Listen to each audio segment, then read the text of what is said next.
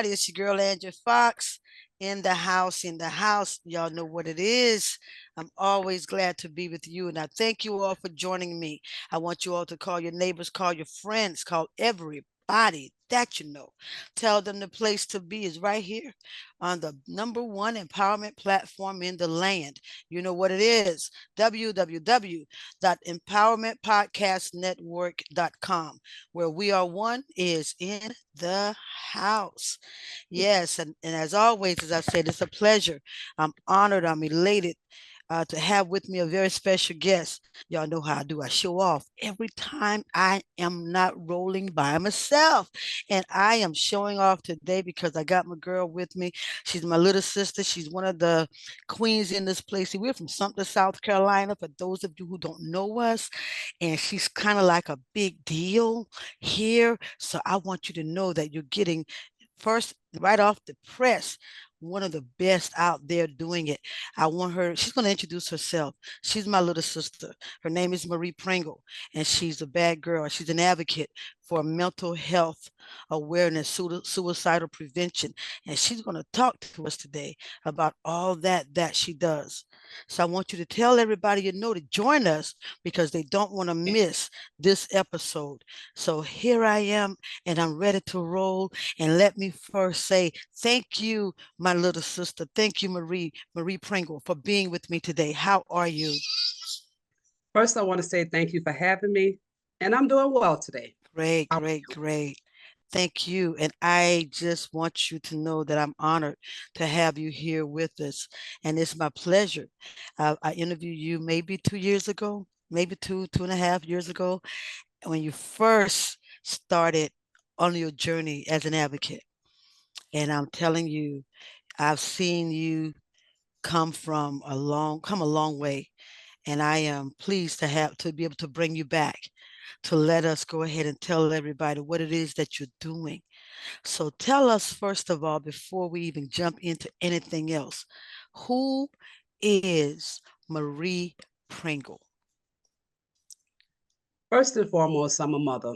Let me backtrack. I'm a wife, I'm a Mm-hmm. mother, I'm a grandmother. I am a mental wellness coach, a life coach, and a grief advocate. Yes. All right. So y'all heard that. Now that means she wears many hats. She didn't say everything. I heard what she said as it pertains to this episode, but she's also a truck driver with her own trucking company. Am I right? Yes. I'm talking about 18 wheeler truck driver. Yes, she is female and she is on the road doing her thing. So that's just another thing that she's doing professionally. But we're going to get right into Marie. You said you are a certified mental health coach. Am I right? Yes. And you talk to others about mental awareness. And I happen to know that you are an advocate pressing and fighting for suicide prevention. Yes. Suicide prevention. And we know that suicide is so prevalent in our society today. And it's a very serious thing that's going on. I call it an epidemic, even because the rates of suicidal death are constantly rising in the US. So we take it very, very seriously. And it's starting to affect families, even families that we know. And I say that because I have you sitting here with me today, and suicide has knocked on your door.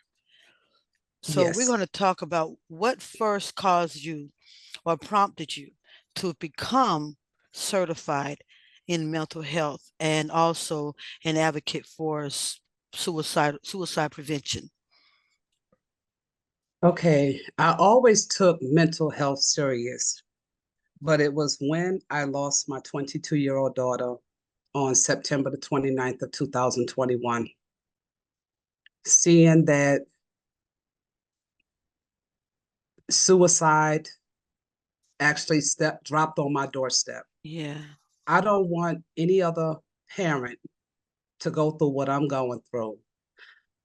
I want to bring awareness to suicide as well as mental health because it is plaguing the US. Yes. It's There's a suicide death every 7 seconds in the US.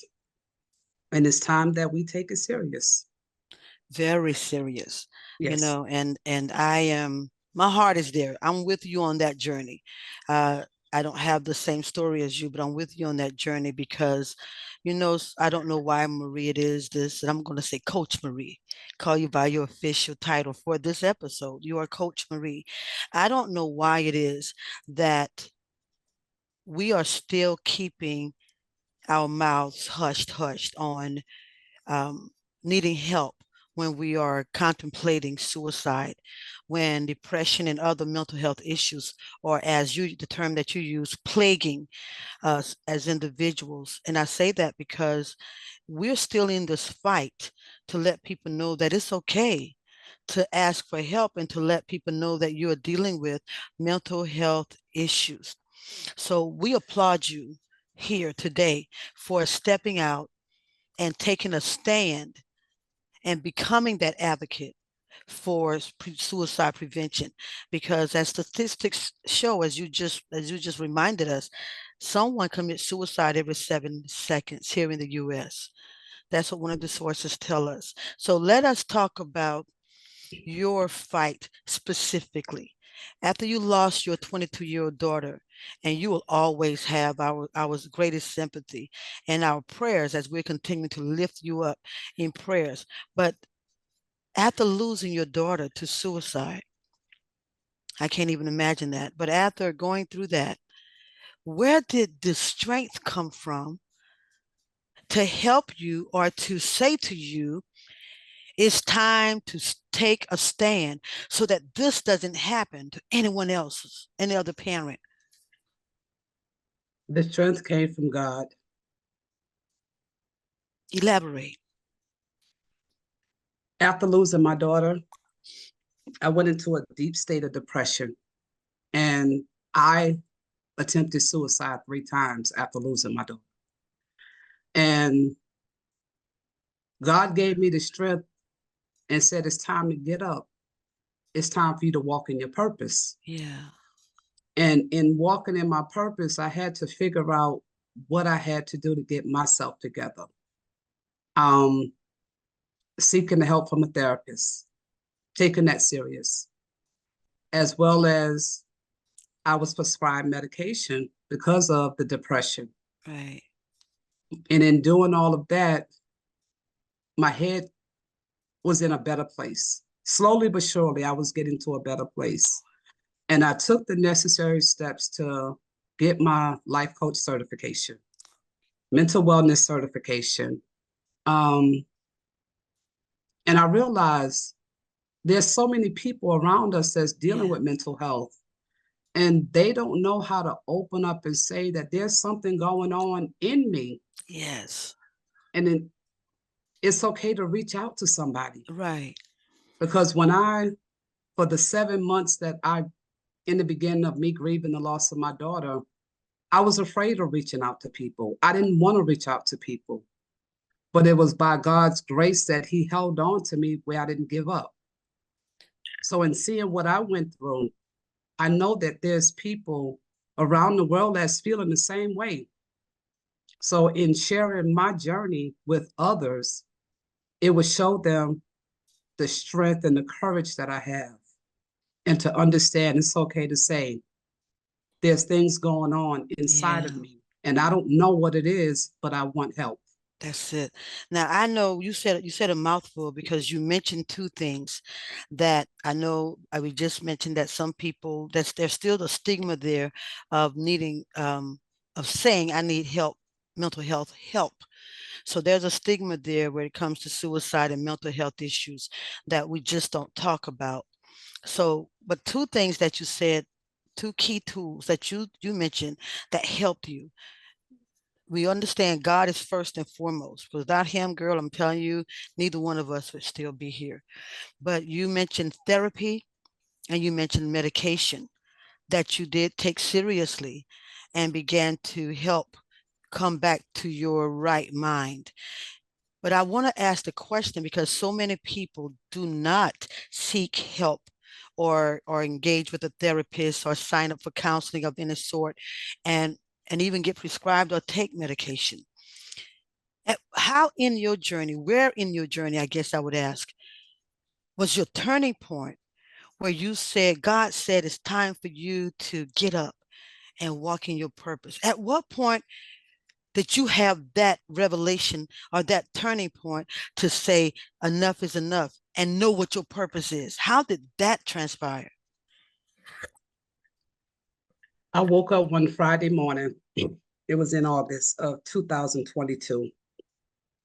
And I was scrolling social media and I saw where there was a life coaching class being taught. And God said, reach out. The class started that next day. God said, reach out to the young lady. And I reached out about the class.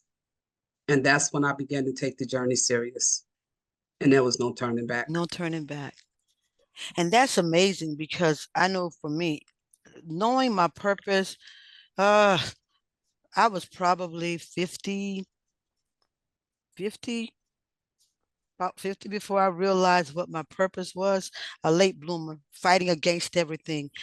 And I know getting to that place where that no turning back place sometimes can be a long journey for us because of us.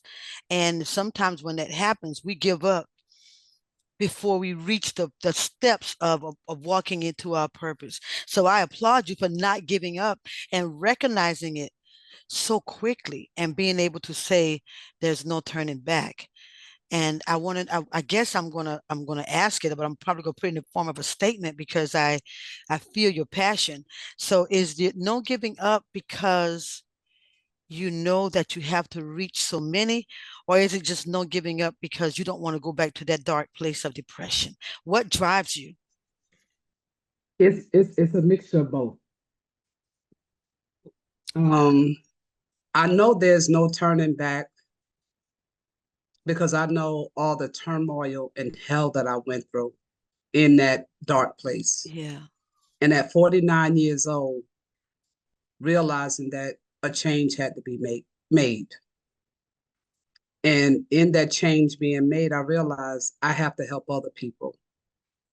In sharing my story and talking to other people can relate to what I'm going through. They don't want to speak up. yeah, They share the same journey, and it helps them to know that they're not alone. absolutely. So what happened to you when suicide knocked on your door propelled you to a place of causing you to go to a downward spiral of depression, but that same experience propelled you to your purpose? Yes. And I'm just wondering, because I never knew your baby. I'm wondering if she's saying, Mama, this was thank you for using my life to make a difference. I don't know how difficult that might be to think along those lines, but I'm just trying to imagine your daughter seeing you take her life, and use it to help save so many others. That is absolutely awesome. Now, I don't know if that what that does for you. But if you thought like that, if you knew that was the case and she could sit on your shoulder right now and say, Mama, thank you for using my life to help others, what do you think that would be like? Do you think that would what do you think that would be like for you? What would that be like for you? It's actually a good feeling because I experienced that already. On days when I just want to sit down and say, I'm not doing nothing, my baby will come to me and say, Mommy, get up. You got work to do. Wow. In the beginning stages of the grief, my daughter is another one that gave me strength and hope. Wow. And in losing my daughter, I was rebirthed into who I am today. Hunty boom, hunty boom. I love it. Yes, now. Yeah, That is amazing. yeah. So even when you cry because you miss her, you can cry happy tears along with those moments of grief and sadness missing her, because look what came out of it.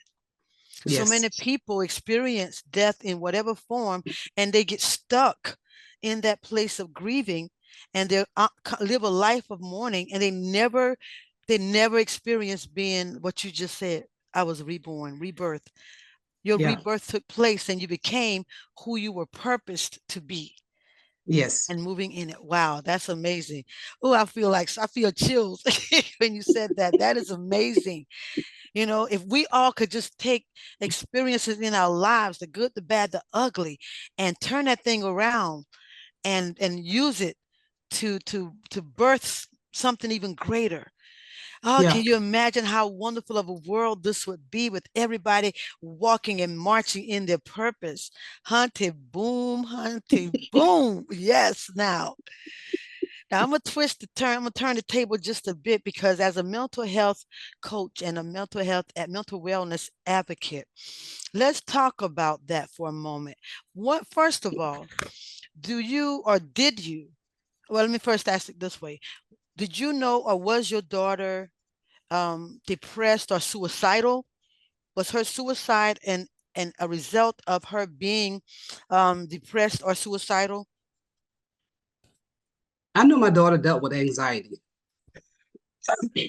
and depression, Okay. but I never knew that she had suicidal thoughts. And there were times when I would ask her, did she feel like hurting herself? And she would tell me no. But then in my journey of studying mental health, the question they always ask, do you feel like hurting yourself? But when you're already hurting on the inside, Yeah. you don't want to hurt yourself. You want the pain to stop. So I could have asked the question a different way. Are you hurting on the inside? The question I would have got probably would have been different. But I would ask her, did she feel like hurting herself? And she would say no.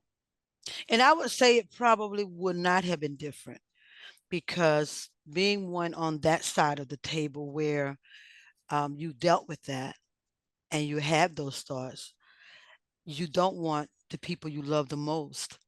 You won't say to them, yes, I want to hurt myself. Yes, I want to die.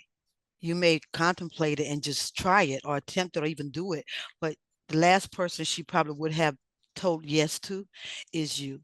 So Yeah.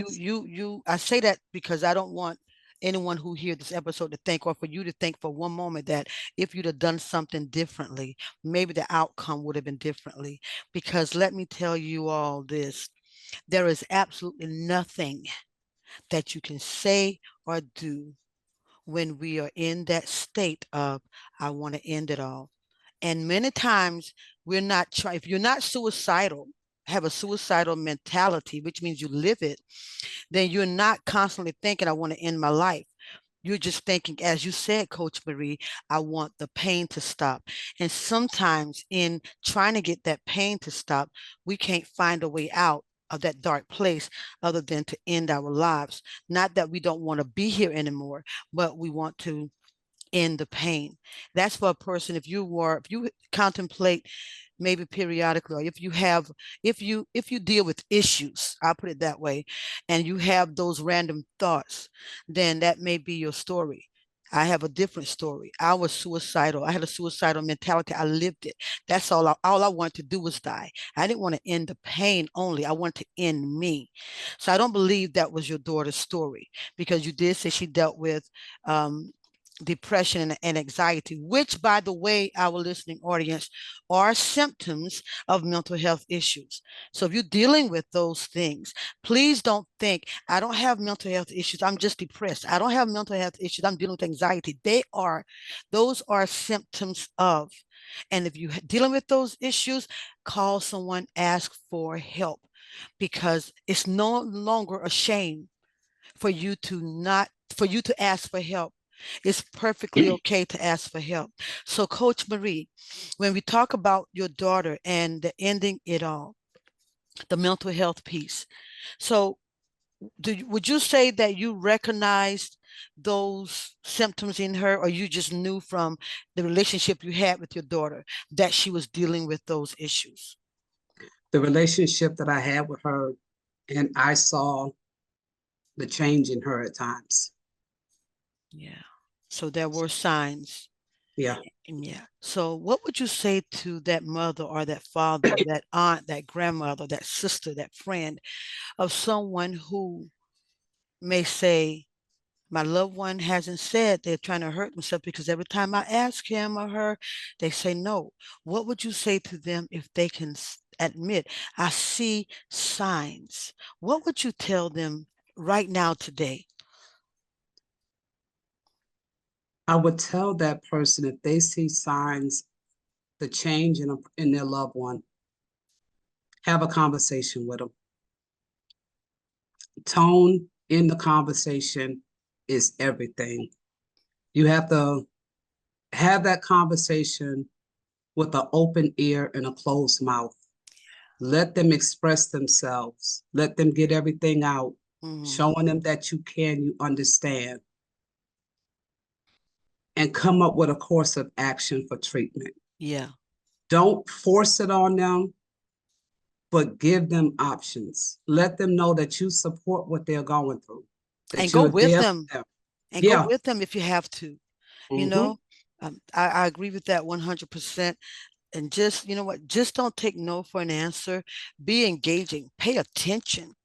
Yeah. Everything she said something, you said something so key, Coach Marie, and you said, listen with open ears and a closed mouth. Mm-hmm. Open ears, open mind, closed mouth, because sometimes we tend to try to guide the conversations that we have with our loved ones or people that we're trying to help, when actually what we need to be doing is just listening and embrace them where they are. So however they feel, let them be there, and meet them there, because if you can't meet them there, it's going to be almost impossible for them to trust you enough to even help them. So Yep. thank you. That's key. Those are very important tools that I want every listener of this broadcast to hear. Take that with you. Listen and pay attention. Give an ear to the people that you see the signs, or if you know someone who is dealing with any form of mental health issues, listen to them. Open mind, open ears, closed mouth, and offer help. Please don't see it and then turn away and say they'll be all right, I'm praying. We do that Uh, so often, Coach Marie. And I've learned as a woman of God that prayer is great. Prayer is one of the tools of mass destruction that we have in the kingdom of God to counter the enemy and defeat him. Prayer is a is one of our greatest tools, our greatest weapons. But I declare, in addition to praying, you need to learn the tools to help those who need mental health help, because we have to go beyond praying. God is going to give us the strength to do it, but we've got to be willing to go beyond praying. And when you see it and you recognize it, call it what it is and walk through it with them, which is what you're doing as a mental health advocate. So when you meet mothers and fathers and loved ones, family members of loved ones who have committed suicide, and they're in the throes of it, how difficult is it for you to, even in sharing your own journey and hearing theirs, how difficult is it for you to pull them or bring them or encourage them or coax them to get to the place where, that pivotal moment where you say, get up, it's time to get up and walk in your purpose? How difficult is that for you to get others to that place?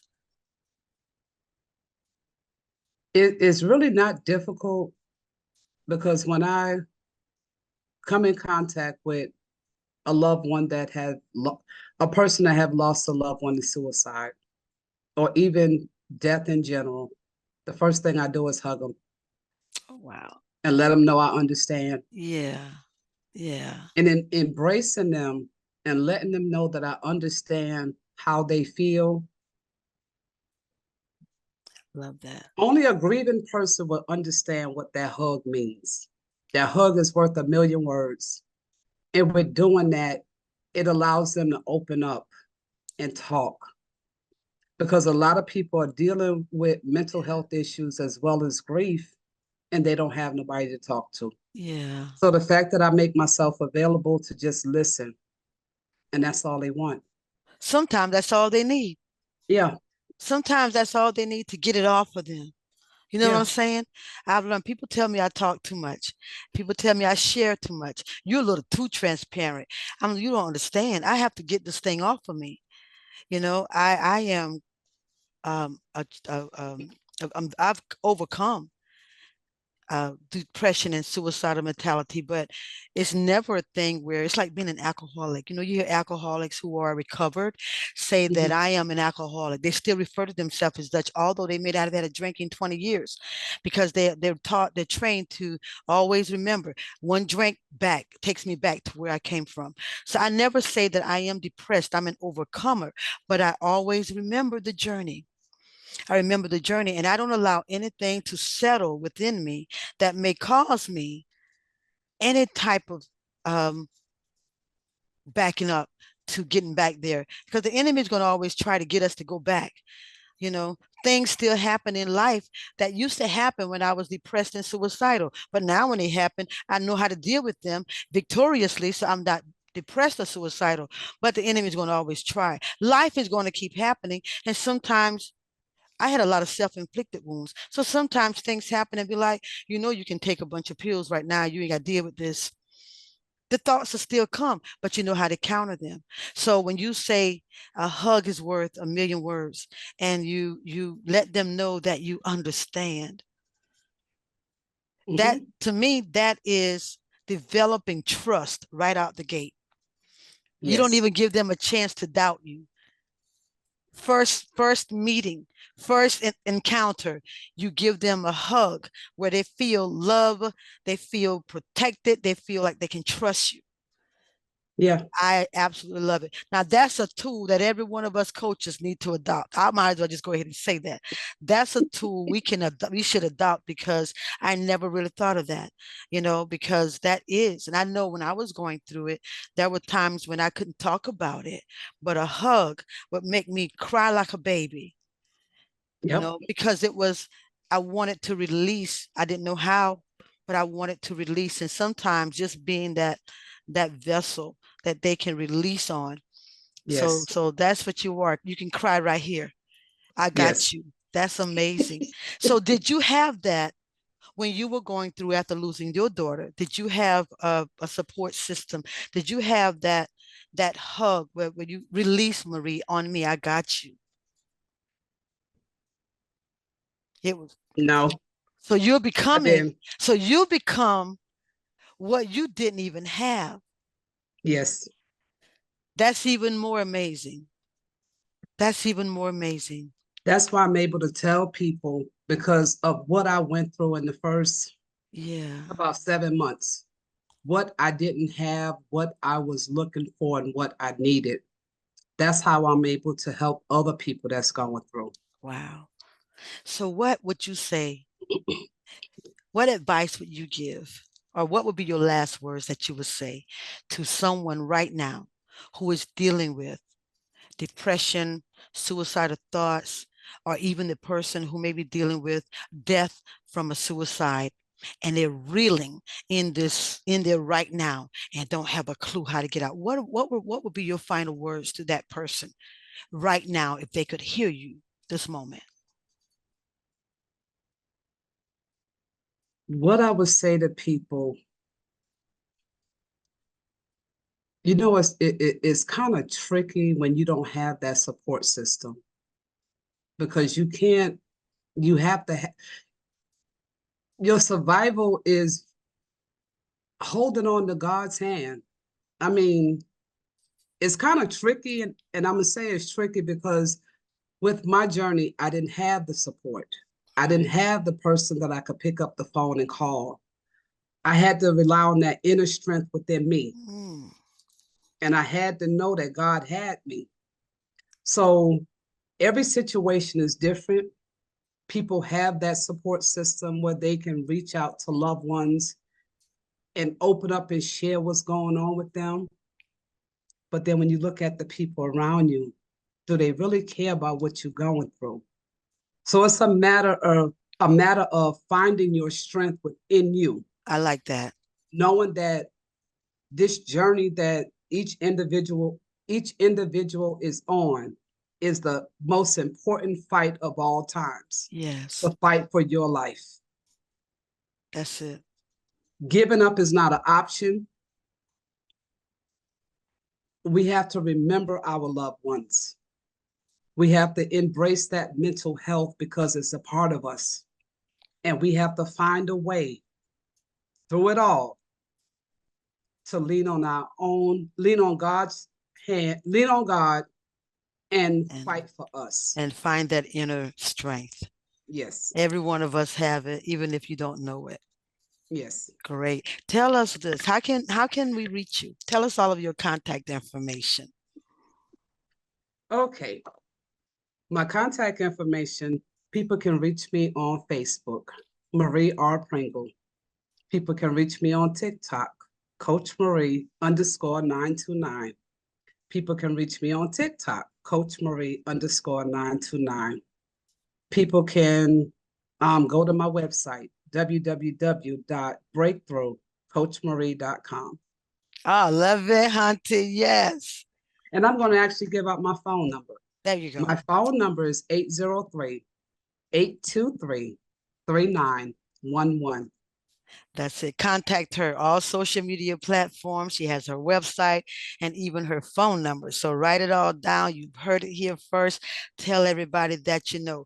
Now, the last thing we're going to talk about, I know we're out of time, but the last thing we got to say it. We got to say it. We've got to say it. You have put together, or you have planned and are having a function coming real soon. And we would dare not leave here without inviting the whole world to it. So talk to us about your function. What is it? It is the first annual Mental Health Awareness Suicide Prevention Rally. It is Sunday, September the 29th from 2 to 5 p.m. at Patriot Park here in Sumter, South Carolina. The lineup for that event is Daniel J. Williams, a motivational speaker, Yes, he Dr. is. Tabitha Russell, also my mentor and my coach. That's our coach. Yes. We also have the great Angie Fox, and we also have Thelma Isaac. She will be performing, and Maya B. Music will be performing. Okay, so y'all heard it. September 29th, Patriot Park, here in Sumter, South Carolina. Come out and join Coach Marie for her first annual mental awareness rally. Come on and be there or be square, 2 p.m. to 5 p.m. She's got a lot more going on than what she said. So you got to come out and catch it all. So we're looking forward to being there with you, Coach Marie. Thank you so much for coming on and sharing with us. We're going to be looking to hear much more from you in the very near future. Keep pushing, keep moving, keep striving, keep doing, keep walking in your purpose. That's it. And helping all Thank those you. that you encounter. So when you need help, mental health help, it's okay to ask for help. Holler at your girl and call Coach Marie R. Pringle. She's got what you need. Thank you all for joining us here on Empowerment Podcast Network.com. We are one signing out. We love you. Holler at your girl.